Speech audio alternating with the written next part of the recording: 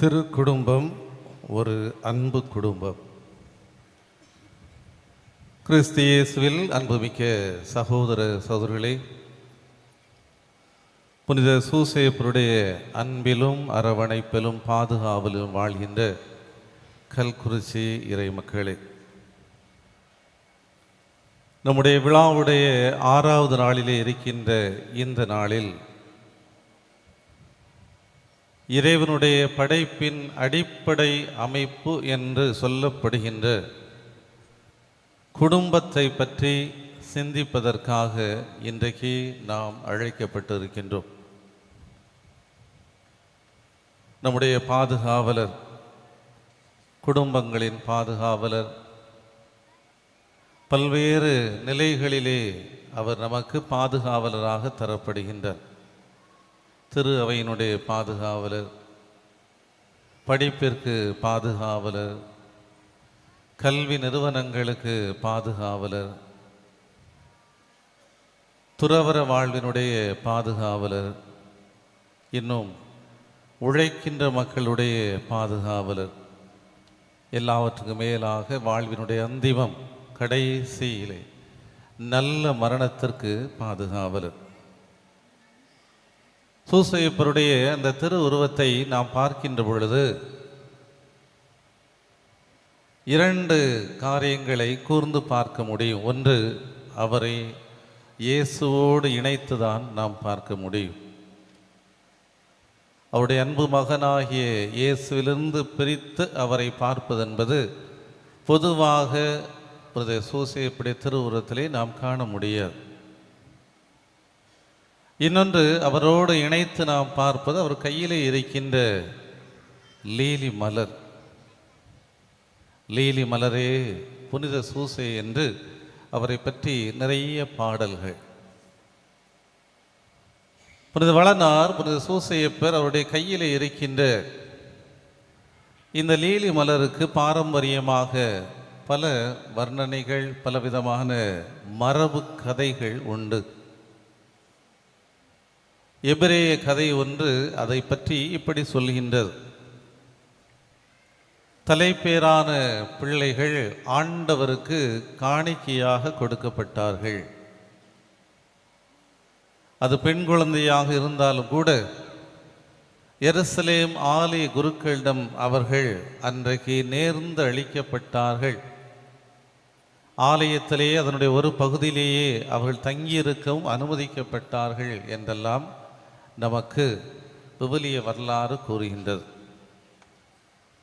அன்னை மரியாள் 3 அல்லது 4 வயது அவளுக்கு நடக்கின்ற பொழுது இவ்வாறு அவரது பெற்றோர் வழியாக காணிக்கையாக ஒப்பு கொடுக்கப்பட்டதாக மரபுகள் நமக்கு கூறுகின்றது.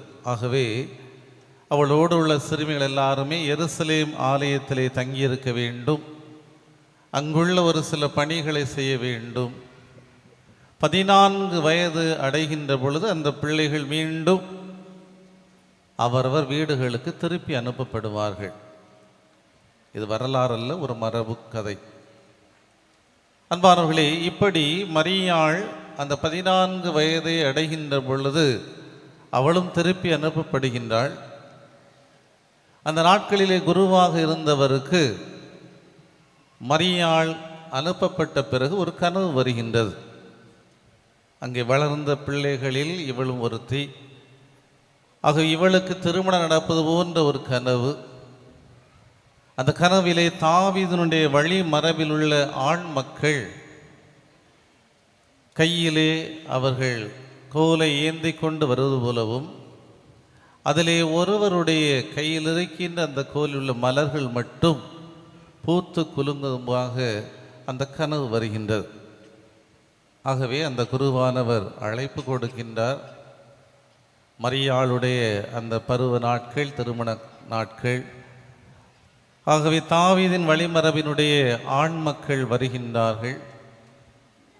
அதிலே ஒருவர் கையிலே வைத்திருந்த அந்த கம்பிலிருந்து மட்டும் அந்த மொட்டுக்கள் மலர்ந்ததாகவும் அவர்தான் புனித வளனார் யோசேப் என்றும் பாரம்பரியம் நமக்கு சொல்கின்றது. ஆகவே அந்த அடிப்படையில் தான் புனித சூசையப்பருடைய கையிலே லீலி மலரை நாம் பார்க்க முடியும். அதோடு சேர்த்து அந்த லீலி மலர் பிரமாணிக்கத்தின் அடையாளமாகவும் கற்பின் அடையாளமாகவும் நமக்கு தரப்படுகின்றது. அன்பானவர்களே, குடும்பத்தை பற்றி, அதுவும் குறிப்பாக திருக்குடும்பம், இயேசு மரி சூசை வாழ்ந்த அந்த திருக்குடும்பத்தை பற்றி சிந்திக்க அழைக்கப்படுகின்ற நாளிலே, இன்றைக்கு நாம் வாழுகின்ற அந்த உலகத்தில் எங்கு பார்த்தாலும் ஒரே சத்தம் சந்தடி, இரைச்சல் நிறைந்த ஒரு உலகம், அமைதியான ஒரு உலகத்தை இன்னைக்கு உள்ள சூழ்நிலையில் நம்ம பார்க்கவே முடியாது. ஒரு நெடுந்தூர பேருந்து பஸ்ஸில் பயணிச்சுன்னா அதுலேயும் பாட்டு போடுவான், ஒரே சத்தம். வீடுகளுக்குள் முழக்கம், டிவிக்கள், கையிலே இருக்கின்ற அலைபேசிகளுடைய சத்தம், எங்கு திரும்பினாலும் இன்றைக்கு ஒரே இரைச்சலும் சப்தங்களும். இவற்றின் மத்தியில் தான் நிசப்தமாக சலனமில்லாத ஒரு மனிதராக அப்படியும் வாழ முடியும் என்ற ஒரு எடுத்துக்காட்டாக நமக்கு திகழ்கின்றவர்தான் நம்முடைய பாதுகாவலராகிய புனித சூசையப்பர். ஆண்டவருடைய சந்நிதியிலே அல்ல அவருடைய பார்வையிலே இவர் நீதிமானாக, நேர்மையாளராக கருதப்படுகின்றார். வாழ்க்கையிலே பல நேரங்களிலே இரைச்சல் மிகுந்த இந்த உலகத்தில் மௌனமாகவும் வாழ முடியும், அமைதியாகவும் வாழ முடியும் என்பதை அவர் நமக்கு குறிப்பிட்டு காட்டுகின்றார். எப்பொழுதுமே பேசிக்கொண்டே இருந்தோம் என்றால், இரைச்சல் நிறைந்த உலகத்திலேயே வாழ்ந்து கொண்டே இருந்தோம் என்றால், எதிரிலே இருக்கின்றவர் சொல்வதை நாம் கவனிக்கின்ற ஆற்றலற்று போய்விடுவோம். கடவுள் நம்மோடு பேசுவதை நாம் கேட்க வேண்டும் என்றால், நம்முடைய தனிமனித வாழ்விலும் ஒரு அமைதி தேவை. இந்த அமைதியைத்தான் புனித வளனார் நமக்கு முன் நிறுத்துகின்றார். இறைவனுடைய அன்பினுடைய ஒரு அடியாராக இருக்கின்ற இந்த புனித சூசையப்பர் அவருடைய வாழ்க்கை முழுவதையும் நாம் எடுத்துக்கொள்வோம். அவரை பற்றி திருவலியத்தை பார்க்கின்ற பொழுது அவர் பேசியதாக ஒரு வார்த்தை கூட நாம் பார்க்க முடியாது. அதை விட மேலாட்டு பார்த்தோம்னா அவருடைய உணர்ச்சிகளை கூட அவர் வெளிக்காட்டியதாக பைபிள் எங்கேயுமே பார்க்க முடியாது. ஆனால் உண்மையிலே அப்படி இருந்திருக்குமா? இருக்காது. பல துன்பங்கள், பல வேதனைகள், பல நெருக்கடிகள், பலவற்றிலே நொந்து போய் இருந்திருப்பார், பலவற்றிலே மகிழ்ந்திருப்பார், பல காரியங்களிலே கழித்திருப்பார், உழைத்திருப்பார். எல்லாமே இருந்தாலும் இப்படியும் வாழ முடியும் என்ற ஒரு முன்மாதிரி காட்டுகின்றவர் தான் புனித சூசையப்பர். அன்பானவர்களே, அவருடைய வாழ்க்கையை சற்று உற்று பார்ப்போம். திருக்குடும்பத்திலே இருக்கின்ற அந்த முதல் மகனாகிய சூசையப்பருடைய அந்த வாழ்வை பல தடவை நாம் கேட்டிருப்போம், பல தடவை பார்த்திருப்போம். இன்றைக்கு வேறொரு கோணத்திலே பார்ப்போமே. அவருக்கென்று ஒரு மன ஒப்பந்தம், அந்த மன ஒப்பந்தம் நடந்த பிறகு அந்த பெண்ணை பற்றிய ஒரு செய்தி, அவருக்குள்ளே ஒரு போராட்டம், ஒரு அமைதியின்மை. இந்த சூழ்நிலை தான் அவர் அமைதியான வழியிலேயே ஒரு முடிவு எடுக்கின்றார். பல நேரங்கள் அவன் நினைப்போம், அவர் நினைச்சா விலக்கி விட்டிருக்கலாம், மரியாளுக்கு தண்டனை கிடைச்சிருக்கும், இதெல்லாம் நினைப்போம். ஆனால் ஒன்றை பாருங்கள் அன்பானவர்களே, எப்பொழுது அவருக்கு இந்த செய்தி தெரிய வருகின்ற அதிலிருந்து அவருடைய வாழ்நாள் கடைசி வரைக்கும் ஒரு இடத்தில் கூட அவர் மரியாவை வசைபாடியதாகவோ, துன்புறுத்தியதாகவோ, தவறாக குறிப்பிட்டதாகவோ நாம் காணவே முடியாது. இதான் ஒரு நல்ல தந்தைக்குரிய அடையாளம். இது ஒரு பண்பட்ட மனிதனுடைய அடையாளம். ஆண்டவருடைய திருவுளத்தை நான் ஏற்றுக்கொள்கின்றேன், கடவுள் எனக்கு எதை வெளிப்படுத்துகின்றாரோ அதை அப்படியே நான் ஏற்றுக்கொள்கின்றேன் என்று இறைவனுடைய திருவுளத்தை நாடுகின்றார். திரு குடும்பத்திற்கு நாம் வருகின்ற பொழுது நம்முடைய குடும்பங்களை உற்று பார்ப்போம். முதலிலே குடும்ப வாழ்க்கையில் தேவை ஜெபம். கலக்கங்களும் வேதனைகளும் குழப்பங்களும் போராட்டங்களும் வருத்தங்களும் வருகின்ற பொழுது கூடி ஜெபிக்கின்ற ஒரு அன்பு குடும்பமாக நாம் இருக்கின்றோமா என்று எண்ணி பார்ப்போம். கணவர் மனைவிக்காக, மனைவி கணவருக்காக பிள்ளைகள் பெற்றோருக்காக, பெற்றோர் பிள்ளைகளுக்காக ஜெபிக்கின்ற ஒரு குடும்பம் தவறி போகின்ற வாய்ப்பு இருக்கவே இருக்காது. மரியாளும் சூசையப்பரும் இதற்கு நமக்கு தலை சிறந்த ஒரு எடுத்துக்காட்டாக இருக்கின்றார்கள். தன்னுடைய வாழ்க்கையிலே நெருக்கடிகள் வருகின்ற பொழுதெல்லாம் புனித சூசையப்பர் கடவுளுடைய திருவுளத்தை நாடுகின்றார். அழகாக திருவுளம் சொல்கின்றது, நீ அதிகாலையிலே எழும்புவது வீண், ராத்திரி ரொம்ப நேரம் கழிச்சு படுக்க போவது வீண், ஆண்டவர் வீட்டை கட்டாவிட்டால் கட்டுவோருடைய முயற்சியெல்லாம் வீண் என்று சொல்லி, கடவுள் நம்முடைய குடும்பத்தை கட்டி எழுப்ப வேண்டும் என்றால் ஜெபிக்கின்ற குடும்பமாக, இறைவனுடைய திருவுளத்தை நாடுகின்ற ஒரு குடும்பமாக இருக்க வேண்டும். அதுதான் திருக்குடும்பத்தின் தந்தையாகிய புனித வளனார் நமக்கு எடுத்து காட்டுகின்ற முதல் காரியம். அன்புக்குரியவர்கள், அவருடைய வாழ்க்கையிலே உழைப்பை பார்க்கின்றோம். திருவுலி அவரை பற்றி சொல்கின்ற பொழுதெல்லாம் இவர் தச்சர், மரவேலை செய்கின்றவர். அவருடைய உழைப்பை தான் அவருக்கு அடையாளமாக தரப்படுகின்றது. சாதாரண ஒன்றல்ல உழைப்புன்னு, அவர் செய்கிற வேலை மட்டும் அல்ல. அவர் சொல்லப்படுகின்றது என்ன, நீ பிள்ளையை தூக்கிட்டு தாயை கூட்டிட்டு போ. 400 மைலுக்கு அவர் உழைக்கின்றார், நடக்கின்றார். யாருக்காக? அந்த மகனுக்காக, அந்த மனைவிக்காக.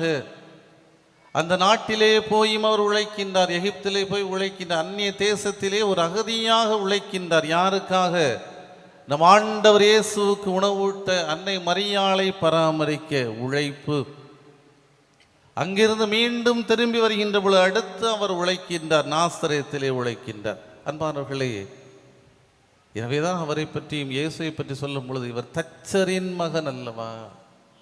கண்டிப்பாக தன்னுடைய மகனுக்கும் இந்த உழைப்பின் மேன்மை அவர் கற்றுக் கொடுத்திருப்பார், ஓய்ந்திருக்கவில்லை. ஒரு தந்தை தன் குடும்பத்திற்காக தியாகம் செய்ய கற்றுக்கொள்ள வேண்டும். அதுதான் புனித சூசையப்பரிடமிருந்து நாம் படிக்க வேண்டிய பாடம்.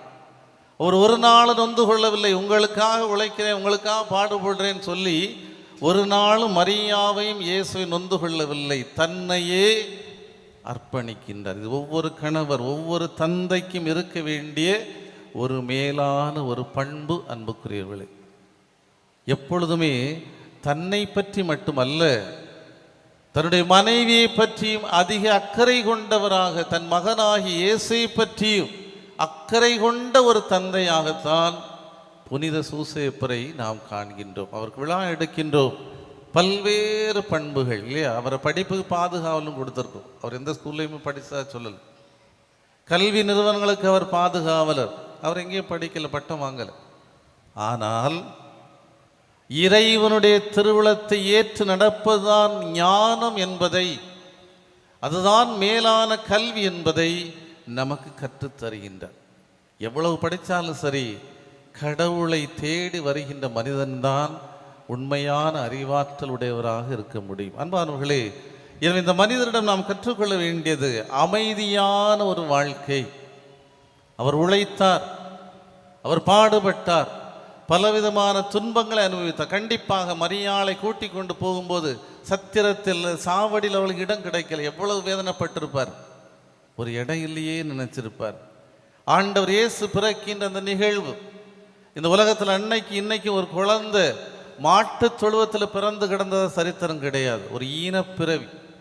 அப்படிப்பட்ட ஒரு நிலையை ஆண்டவர் எடுக்கின்ற பொழுது அந்த தந்தையாகிய சூசையப்பர் எவ்வளவு வேதனைப்பட்டிருப்பார். அந்த மகனை பெற்றெடுத்த வேலையை கையிலே எடுத்து கொஞ்சி இருப்பார். அவருடைய உணர்வுகளை கூட திருவிவிலியம் நமக்கு வெளிக்காட்டவில்லை. ஆனால் அது எதை சுட்டி காட்டுகின்றது? அமைதியாக வாழ முடியும் என்பது. குடும்பத்தினுடைய மேன்மை இதில் தான் அடங்கியிருக்கின்றது. ஒருவர் மற்றவர் மீது அக்கறை காட்டுவது, ஒருவர் மற்றவருக்காக நல்லவற்றை செய்வது. மரியாளை பற்றி எந்த இடத்திலும் புனித சூசையப்பர் குறையாக எதையும் செய்யவில்லை, எதையும் பேசவில்லை. இன்றைக்கு இருக்கின்ற குடும்பங்களில் கணவர் மனைவியை நன்றாக பேசுகின்றோமா? மனைவி கணவரை பற்றி நன்றாக பேசுகின்றீர்களா? பெற்றோர்கள் பிள்ளைகளை பற்றிய நல்ல அபிப்பிராயம் இருக்கின்றதா? பிள்ளைகள் பெற்றோரை பற்றி பெருமையாக நல்லவற்றை பேசுகின்றோமா? யோசித்து பாருங்கள். அப்படி என்றால் தான் திரு குடும்பத்தினுடைய உண்மையான அந்த மனநிலை நமக்கு வர முடியும். புனித சூசேப்பர் அணிந்திருந்த அந்த உடையெல்லாம் ரோமிலே பாதுகாக்கின்றார்கள். புனித ஜெரோம் 4ஆம் நூற்றாண்டிலே எருசலேம் பகுதிக்கு சென்ற பொழுது அவர் கொண்டு போனது. கரெக்டாக அந்த உடுப்பெல்லாம் பார்த்தீங்கன்னா நம்ம ஊரில் சணல் சாக்கு இருக்குல்ல, அதே தான் இருக்கும். அப்படிப்பட்ட ஒரு எளிய வாழ்க்கை தான் அன்றைக்கு. அப்படின்னா பெரிய பெரிய வஸ்திரம் அணியவில்லை, சாதாரண ஒரு எளிய வாழ்க்கைத்தான் அவர் வாழ்ந்திருக்கின்றார். சராசரி மனிதனாக வாழ்ந்திருக்கின்றார். எத்தனையோ போராட்டங்கள் அவருடைய வாழ்க்கையிலே வந்திருக்கும். இதை கற்றுக்கொள்ளுங்கள், குழப்பமடைய வேண்டாம். குடும்ப தலைவர்கள் இதை முதலிலே பதிப்போம் வாழ்க்கையிலே. சூசேப்பருக்கு வராத சோதனைகள் இல்லை, அவருக்கு வராத வேதனைகள் இல்லை, அவர் படாத அனுபவங்கள் இல்லை, அவர் சந்திக்காத பிரச்சனைகள். அப்படி என்றால் குடும்ப தலைவர்களாகிய நாம் அல்லது கணவர்களாகிய நீங்கள் இவையெல்லாம் சந்திக்கின்ற பொழுது அவர் வாழ்ந்த ஒரு வாழ்க்கையை முன்மாதிரியாக கொள்ளுங்கள். அன்பானவர்களே, இரண்டாவது திருக்குடும்பத்தில் நாம் பார்ப்பது அன்னை மரியாள். மரியாளுடைய செயல்பாடு என்று சொல்கின்ற பொழுது ஒன்றை மிக அழுத்தம் திருத்தமாக திருவிலியம் சொல்கின்றது. மரியாள் இந்நிகழ்ச்சிகளெல்லாம் தன் உள்ளத்தில் இருத்தி சிந்தித்து வந்தாள். பாண்டரை எல்லாவற்றையும் தனக்குள் பதித்து கொண்டு முடிவெடுப்பது. உடனே கடந்து குதிக்கிறது இல்லை, உடனே இருந்து ஆர்ப்பாட்டம் பண்ணுவதல்ல. ஒரு செய்தி வருகின்றது, ஒரு நிகழ்வு நடக்கின்றது, அத்தனையும் தனக்குள் பதித்து எது சரியானதோ அதற்கேற்ப செயல்படுவதுதான் உள்ளத்திலே இருத்தி சிந்திப்பது. அன்புக்குரியவர்களே, அன்னை மரியாளை இன்றைக்கு குடும்ப தலைவிகள் அம்மாக்கள் முன்மாதிரியாக கொள்கின்ற இதை மனதிலே வையுங்கள். மாதா சந்திக்காத வேதனைகள் இல்லை. ஆண்டவரை பற்றி எத்தனையோ செய்து அந்த தாய்க்கு வருகிற உன் மகனுக்கு பைத்தியம் பிடித்து விட்டது, பித்து பிடித்து விட்டது கூட வந்து சொல்லுகின்றார்கள். அந்த இயேசு 12ஆவது காணாமல் போயின இன்றைக்கு பார்க்கின்றோமே. நாம் இந்த வாசித்த அந்த நற்செய்தியிலே கேட்டோமே, யோவான் நற்செய்தி 2ஆம் அதிகாரத்திலே. அன்பானவர்களே, ஆண்டவர் இயேசுவும் அன்னை மரியாளும் பேசியது என்று நாம் பார்க்கின்ற பொழுது நேரடி உரையாடல் என்பது திருவிழத்தில் 2 இடம்தான். ஒன்று லூக்கா நற்செய்தி 2ஆம் அதிகாரம், இன்னொன்று யோவான் நற்செய்தி 2ஆம் அதிகாரம்.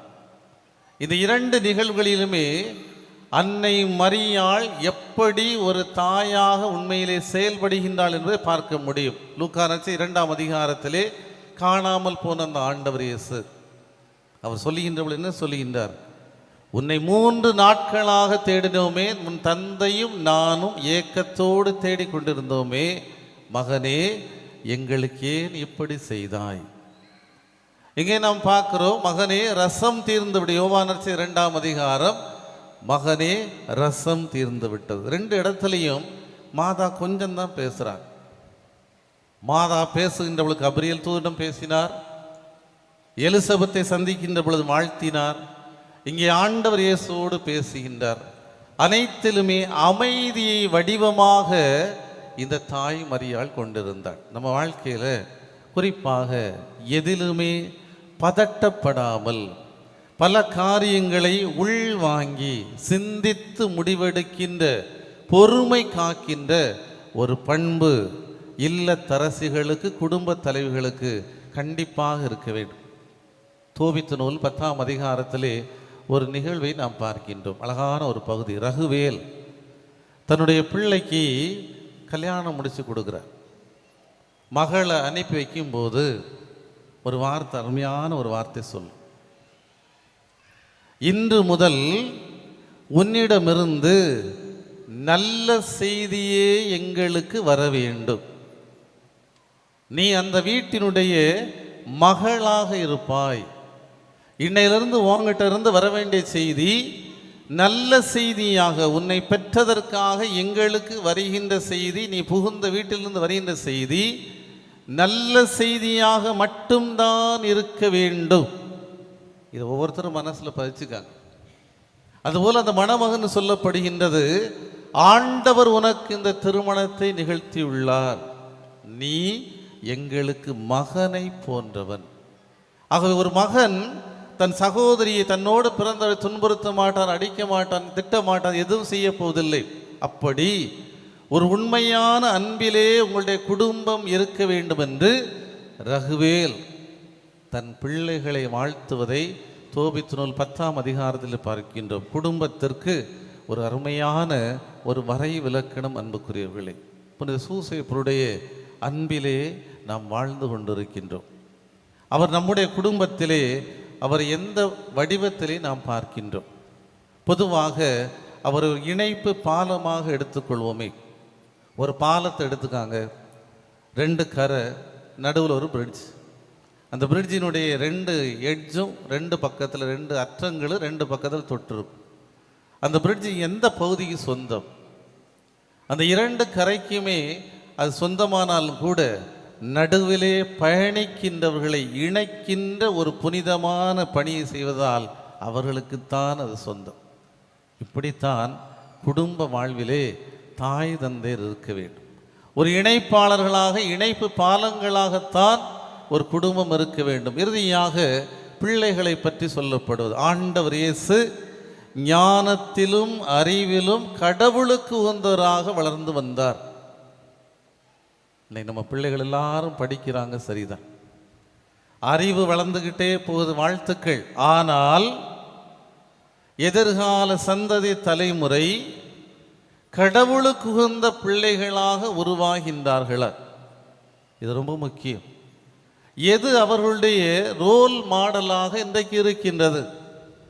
ஆண்டவருக்குரிய காரியங்களா, அல்ல விளையாட்டு வீரர்களா, திரைப்பட கவர்ச்சி கதாநாயகர்களா, வெற்று வார்த்தைகள் பேசுகின்ற அரசியல்வாதிகளா? எதனோ பின்னாலே இன்றைக்கு நம்முடைய எதிர்கால சமுதாயம் செல்ல ஆரம்பித்திருக்கின்றது என்றால் அது ஆபத்தான ஒன்றை நோக்கி நகர ஆரம்பித்திருக்கின்றது என்பது பொருள். ஆண்டவர் இயேசு உடல்ல மட்டும் வளரல, அறிவில் மட்டும் வளரல, கடவுளுக்கு உகந்தவராக இருந்தார் என்றுதான் அவரை பற்றி சொல்லப்படுகின்றது. மரியாள் கேட்ட நற்செய்தி பாருங்கள். மகனே, ரசம் தீர்ந்து விட்டது. இயேசுநாதருக்கு என்ன சொல்றாரு? நான் என்ன செய்யணும்? அவ்வளவுதான். மாதா அந்த இடத்துல இருக்கவே இல்லை. மாதா அதுக்கு பிறகு பேசவே இல்லை. மாதா என்ன சொல்றாங்க? அவர் உங்களுக்கு சொல்வதை செய்யுங்கள். மகனே, ரசம் தீர்ந்துட்டு அவர் சொல்றாரு நான் என்ன செய்யணும்? அவ்வளவுதான், மாதா போயாச்சு. மாதாவுக்கு தெரியும் தன் வார்த்தையை மீறி தன் பிள்ளை செயல்படாது என்று. நான் சொன்னா என் பிள்ளை செய்வான். இதான் மாதா சொல்ற அந்த வார்த்தையுடைய பொருள். இன்னைக்கு எத்தனை பெற்றோர் நான் சொன்னால் என் மகள் கேட்பாள், என் மகன் கேட்பாள் என்று சொல்ல முடியும். மாதாவை நம்ம கும்பிடுறோம், வணங்குறோம், சூசையப்பரை போற்றுறோம், புகழ்கிறோம். எத்தனை பெற்றோர் இந்த ஒரு உறுதிப்பாடு எடுக்க முடியும்? மாதா எதுவுமே பேசலையே, அழகாக சொல்றாங்க, மகனே ரசம் தீர்ந்துட்டு. அவர் அடுத்த கேள்வி கேட்கிற, நான் என்ன செய்யறது? ஒன்னால முடியுன்னு கூட மாதா சொல்லலை. என் பிள்ளை நான் சொன்னா கேட்பான். இதுதான் அதனுடைய பொருள். அன்பானவர்களே, இன்றைக்கு எத்தனையோ தாய் தந்தை இங்கே இருக்கின்றீர்கள். உங்களுடைய மக்கள் உங்களுடைய வார்த்தைகளை மதித்து உங்கள் சொற்படி நடக்கின்றார்கள். அதுதான் இன்றைக்கு சீராக்கி ஞானம் கேட்டோம். பெற்றோரை மதிக்கின்ற பிள்ளை நெடுங்காலம் வாழும், பலவற்றை சேமித்து வைத்தது சமமாக இருக்கும். முதல் வாசத்தில் கேட்டோமே, பெற்றோரை போற்றுகின்ற பிள்ளைகள் அது விருத்தியடையும், வாழும், நிலைக்கும். ஆண்டவரே சொல்கின்ற வார்த்தைகள். எனவேதான் குடும்பத்திலே பிள்ளைகள் ஒவ்வொருவரும், இன்றைக்கு இதை கேட்டுக்கொண்டு ஒவ்வொருவரும் செவி கொடுங்கள். தாய் தந்தையர் கீழ்ப்படியுங்கள். 2 படி வாழ்க்கையில் உண்டு. ஒன்று படிப்பது படி, இன்னொன்று கீழ்ப்படி. பெற்றோருக்கு கீழ்ப்படியுங்கள். அதனால் எந்த குறையும் வரப்போதில்லை. உன்னுடைய பெற்றோர் உன்னை விட அறிவு குறைந்தவராக இருந்தாலும், சிராக்கி ஞான முதலில் வாசித்தோம், உன்னை பெற்றெடுத்த பெற்றோர் உன்னை விட அறிவில் குறைந்தவராக இருந்தாலும் அவர்களை இகழ்ச்சிக்கு உள்ளாக்காதே, அவர்களை மனநோக செய்யாதே, அவர்களை போற்று, நீ வாழ்வாய். இதுதான் ஒரு அன்பு குடும்பமாக இருக்கக்கூடிய ஆண்டவர். இதைத்தான் நம்மிடம் எதிர்பார்க்கின்றார். புனித சூசையப்பர், அன்னை மரியாள், இயேசு என்கின்ற இந்த குடும்பத்தை முன்மாதிரியாக வைக்கின்ற பொழுது நம்முடைய குடும்பத்திலே நாம் இந்த பண்புகளோடு வாழ்கின்றோமா என்று எண்ணி பார்ப்போம். நம்முடைய குடும்பம் சூசையப்பரை முன்மாதிரியாக கொள்ளட்டும். அன்னை மரியாளுடைய அந்த அன்பிலே பயணம் செய்யட்டும். அந்த இயேசு ஆண்டவர் வாழ்ந்தது போல நம் பிள்ளைகள் உருவாகட்டும். இறைவன் நம் எல்லோரையும் ஆசீர்வதிப்பாராக. ஆமென். அனைவரும் எழுந்திருப்போம்.